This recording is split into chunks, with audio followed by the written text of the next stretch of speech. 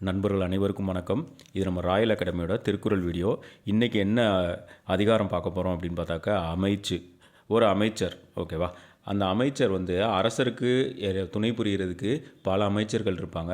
ஒவ்வொரு அமைச்சருக்கும் பல துறைகளை பிரித்து கொடுத்துருப்பாங்க.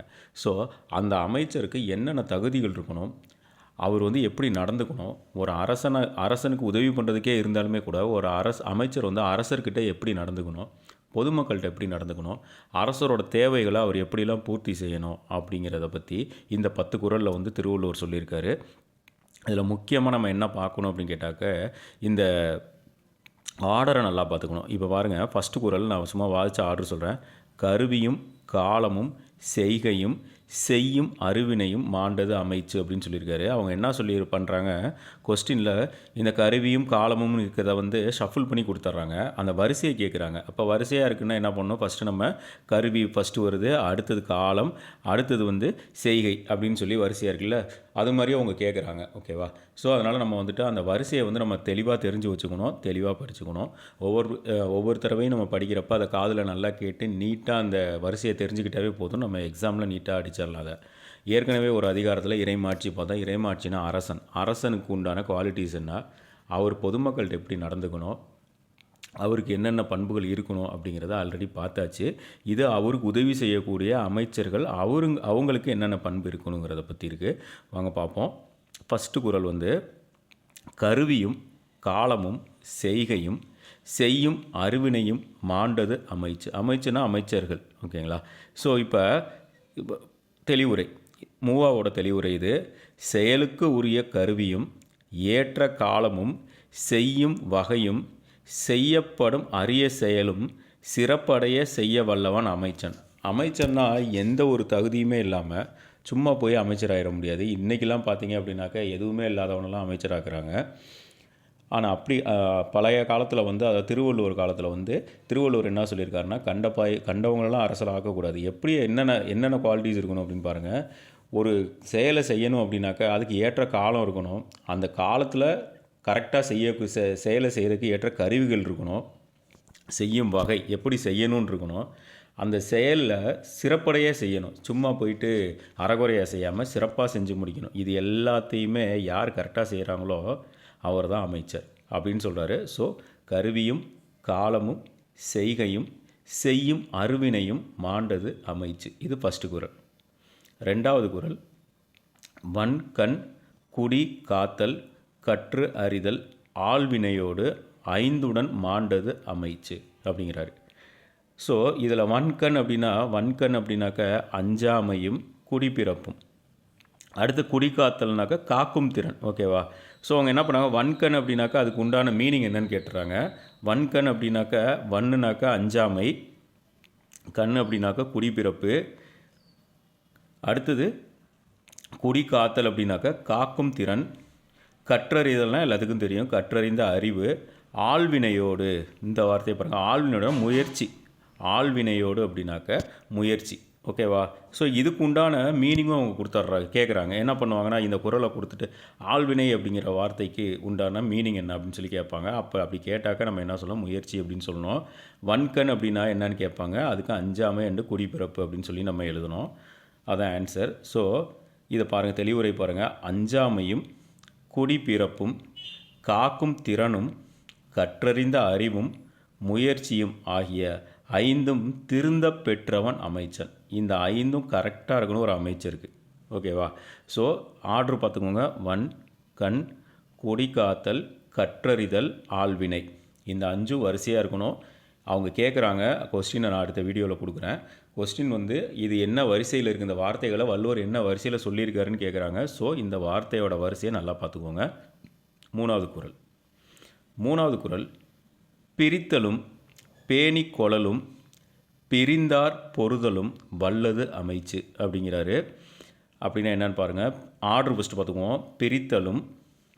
பிரித்தலும் பேணி கொளலும் பிரிந்தார் பொறுத்தலும் வல்லது அமைச்சு அப்படின்னா, ஒரு அரசர் இருக்கார், அரசரோட ஆப்போனன்ட்ஸ் இருப்பாங்கள்ல, எதிராளிகள், அவங்களெல்லாம் பிரிக்கிறத அரசரே நேராக போய் செய்யணுங்கிற அவசியம் கிடையாது.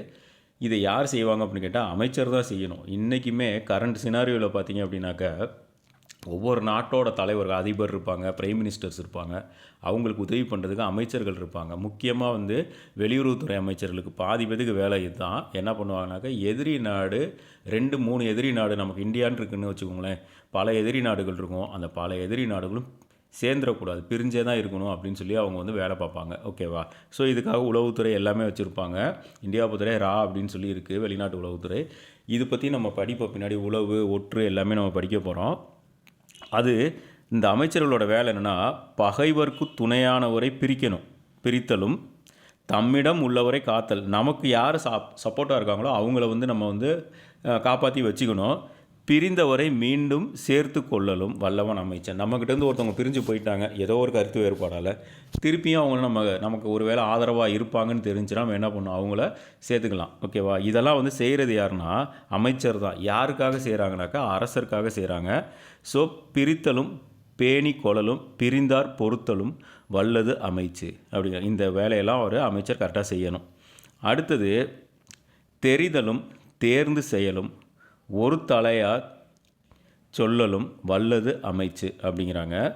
என்ன சொல்கிறோம், என்னன்னு பாருங்கள். செய்யத்தக்க செயலை ஆராய்தலும் அதற்குரிய வழிகளை ஆராய்ந்து செய்தலும் துணிவாக கருத்தை சொல்லுதலும் வல்லவன் அமைச்சன். இது என்னென்னா, இந்த வார்த்தை ரொம்ப முக்கியம். துணிவாக ஒரு கருத்தை சொல்கிறது. அரசருக்கு தேவையான நேரத்தில் நம்ம கருத்து சொல்லணும். அரசர் நம்மளை திட்டுவாரோ அப்படின்னு நினச்சிக்கிட்டு பம்மிட்டு இருக்கக்கூடாது. என்ன சொல்லணும், துணிவாக கருத்தை சொல்லணும். அவங்கள தான் வந்து அரசர் விரும்புவார். இன்றைக்கி இருக்கிற சிச்சுவேஷன் அப்படி கிடையாது. பிரைம் மினிஸ்டர் திட்டுவார், இல்லைனா சீஃப் மினிஸ்டர் திட்டுவாருன்னு சொல்லிட்டு இவங்களாம் யாருமே அமைச்சர்கள் எதுவும் சொல்கிறது கிடையாது. பட்டு வள்ளுவர் காலத்தில் அரசர்கள்லாம் வந்து சங்க காலத்துலேயும் சரி, வள்ளுவரோட காலத்தில், அதுக்கப்புறம் அந்த காலத்தில் அமைச்சர்கள்லாம் அவங்களோட கருத்தை துணிஞ்சு எடுத்து சொல்லுவாங்க. சரிங்களா? ஸோ இப்போ பார்த்துக்கோங்க. செய்யத்தக்க செயலை ஆராய்தலும் அதற்குரிய வழிகளை ஆராய்ந்து செய்தலும் துணிவாக கருத்தை சொல்லுதலும் வல்லவன் அமைச்சன் அப்படிங்கிறாங்க. இதோட 4வது குறள் முடிஞ்சிருச்சு. இப்போ 5. அரண் அறிந்து ஆன்று அமைந்த சொல்லா எஞ்ஞான்றும் திறன் அறிந்தான் தேர்ச்சி துணை. அறத்தை அறிந்தவனாய், இதுக்கான தெளிவுரையை பாருங்கள், 3வது.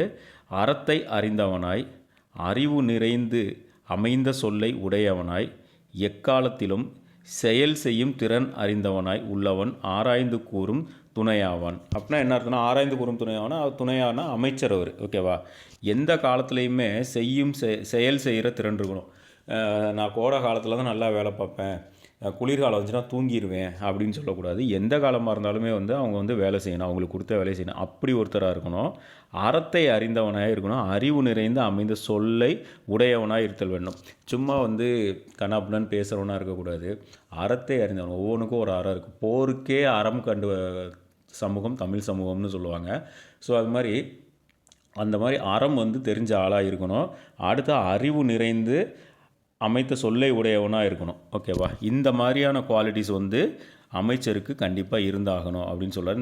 இந்த வேர்ட்ஸை பார்த்துக்கோங்க, அதோட ஆர்டரை பார்த்துக்கோங்க. அரண் அறிந்து ஆன்று அமைந்த சொல்லா எஞ்ஞான்றும் திறன் அறிந்தான் தேர்ச்சி துணை. அடுத்தது 6வது குறள். மதிநுட்பம் நூலோடு உடையார்க்கு அதிநுட்பம் யா உல முன் நிற்பவை. இயற்கையான நுட்ப அறிவை நூலறிவோடு ஒருங்கே உடையவர்க்கு மிக்க நுட்பமான சூழ்ச்சிகளாய் முன் நிற்பவை எவை. இயற்கையான அறிவு யாருக்கு இருக்குது? அவங்க முக்கியமாக வந்து ரொம்ப வருமுன் காப்பவங்களாக இருப்பாங்க. ஓகேவா? இயற்கையான நுட்ப அறிவை நூலறிவோடு, ஒருத்தவங்களுக்கு நல்ல அறிவு பிறக்கிறப்பமே அவங்களுக்கு நல்ல அறிவு இருக்குது, நுட்பமான அறிவு இருக்குது. அதே நேரத்தில் அவங்க இன்னொன்று என்ன பண்ணுறாங்கன்னா, பல நூல்களையும் கற்று அந்த அறிவையும் அவர் வந்து எடுத்துக்கிட்டாங்க. ஸோ ஒரு மனுஷனுக்கு 2 குவாலிட்டி இருக்குது.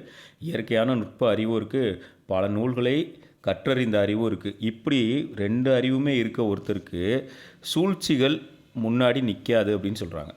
சூழ்ச்சிகள் முன்னாடி நிற்காது. என்ன சூழ்ச்சி அவர் முன்னாடி நிற்க முடியும்னு அவரே கேள்வி கேட்குறாரு. யாருன்னா திருவள்ளுவர். என்ன மாதிரியான சூழ்ச்சி அவர் முன்னாடி நிற்க முடியும்? யாருக்கு முன்னாடி? இயற்கையான நுட்ப அறிவு உடையவர், அதே நேரத்தில் பல நூல்களை கற்றறிந்த அறிவு உடையவர். அவங்களுக்கு முன்னாடி எந்த ஒரு சூழ்ச்சி நிற்கும், எது நிற்கும் அப்படின்னு சொல்லி கொஸ்டின் மார்க் பண்ணுறாரு. நம்மளே கொஸ்டின் மார்க். அப்படின்னா என்ன அர்த்தம்? நீ எதுவுமே நிற்காதுன்னு அர்த்தம். ஓகேவா? ஸோ மதிநுட்பம் நூலோடு உடையார்க்கு அதிநுட்பம் யா உல முன்னிற்பு. அதிநுட்பம்னாக்க பார்த்துக்கோங்க, சூழ்ச்சி. சரியா? அதிநுட்பம்னா சூழ்ச்சி. அதான் யாவுல முன் நிற்பவை. அதிநுட்பம் யாவுல முன் நிற்பவை. அப்போ அதிநுட்பம்னாக்கா சூழ்ச்சி. சரியா, அதை பார்த்துக்கோங்க. அடுத்தது செயற்கை அறிந்த கடைத்தும் உலகத்து இயற்கை அறிந்து செயல். நூலறிவால் செயலை செய்யும் வகைகளை அறிந்த போதிலும் உலகத்தின் இயற்கையை அறிந்து அதனோடு பொருந்துமாறு செய்ய வேண்டும். இது நம்ம படித்த பட்டறிவுக்கும் படித்த அறிவுக்கும் உலகத்தில் நடக்கக்கூடிய அந்த இயற்கை அதை ப்ராக்டிக்கலாக நடக்கிறது. சரிங்களா, உலகத்தில் நம்ம எல்லோரும் என்ன பண்ணுறாங்க, நிறையா பேர் என்ன பண்ணுறாங்க அப்படின்னு கேட்டால், புக்கில் படித்தா போதும், அந்த அறிவு போதும் அப்படின்னு நினச்சிக்கிறாங்க. அது தப்பு.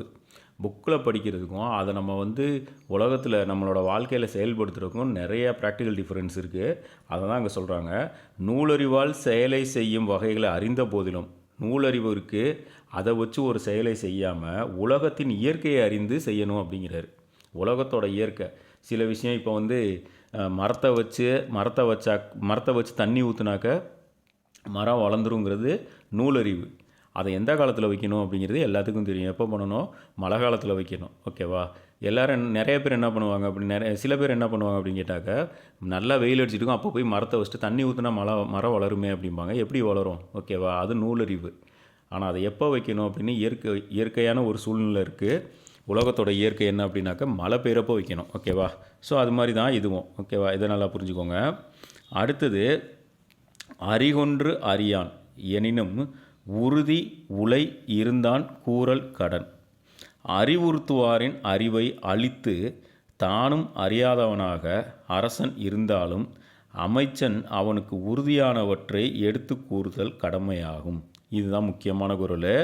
என்ன சொல்கிறாங்கன்னா, அரசன் அறிகொன்று அறியான், அறிகொன்று அறியான் அறிவுறுத்துவாரின் அறிவையும் அழித்து தானும் அறியாதவனாக அரசன் இருந்தால். இது மாதிரி நிறைய அரசர் இருந்திருக்காங்க நம்ம வரலாறில்.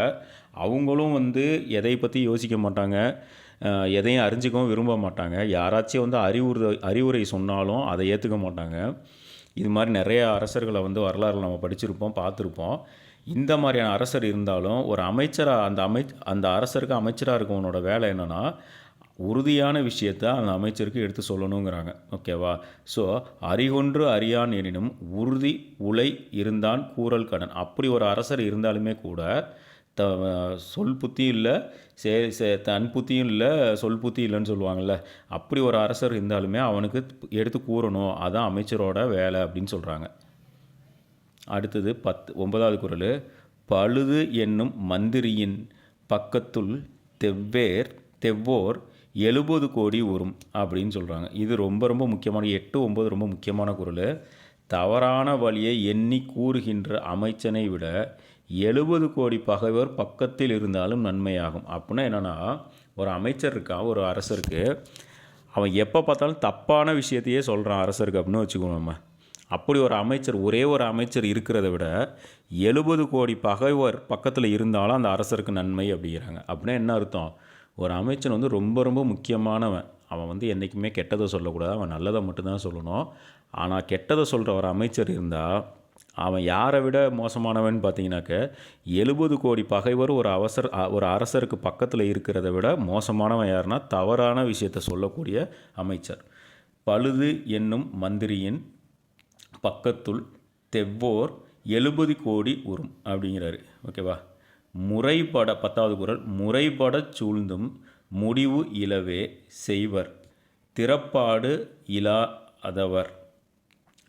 செயல்களை முடிக்கும் திறன் இல்லாதவர் முன்னே முறையாக எண்ணி வைத்திருந்தும் செய்யும்போது குறையானவைகளே செய்வார். அப்படின்னா என்ன அர்த்தம்னாக்க, ஒரு செயலை முடிக்கும் திறன் இல்லாதவர்கிட்ட முன்னாடி எதை கொண்டு போய் எவ்வளோ பெரிய விஷயத்தை எவ்வளோ சின்ன விஷயத்தை நம்ம கொண்டு போய் வச்சாலுமே கூட அதை கண்டிப்பாக செஞ்சு முடிக்க மாட்டாங்க அப்படிங்கிறாங்க. செயல்களை முடிக்கும் திறன் இல்லாதவர், இது நார்மலான விஷயம். 8, 9 நல்லா பார்த்துக்கோங்க குறள்.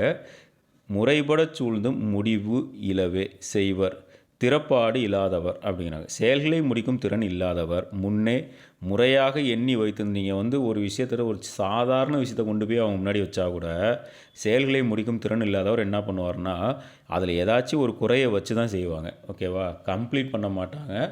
அதனால் அமைச்சருக்கும் அந்த தகுதி இருக்கணும். ஒரு செயலை செய்யணும்னா பக்காவாக செஞ்சு முடிக்கணும், இல்லைனா அவர் ஒரு அமைச்சருக்கு உண்டான தகுதியே இல்லை. அதுதான் இந்த 10வது குறள். இந்த குறள்லாம் வந்து உங்களுக்கு இம்பார்ட்டண்ட்டான குறள். மோஸ்ட்லி வந்து ஃபஸ்ட்டு 4 குறள், அப்புறம் 8, 9 அந்த குறள்லாம் ரொம்ப இம்பார்ட்டண்ட்டு. இது மாதிரி எல்லா அதிகாரமும், அதாவது கிட்டத்தட்ட 133 அதிகாரத்தில் 25 அதிகாரத்தை கழிச்சா 108 அதிகாரம். இந்த 108ல் அதாவது ஃபஸ்ட்டு அறத்துப்பால் பொருட்பால் ரெண்டையும் சேர்த்தாக்க 108. இதுலேருந்து கண்டிப்பாக நம்ம வந்து ஒரு 70 அதிகாரம் படிக்கணும். எல்லாத்தையுமே கண்டிப்பாக வீடியோ பண்ணலாம். சப்போர்ட் பண்ணி நீங்கள் நிறையா ஷேர் பண்ணுங்கள், நிறையா கமெண்ட் பண்ணுங்கள். அப்போ தான் இதில் இருக்க தவறுகளை வந்து நிவர்த்தி பண்ண முடியும். சப்போர்ட் பண்ணுங்கள், நிறையா சப்ஸ்கிரைப் பண்ணுங்கள். நன்றி, வணக்கம்.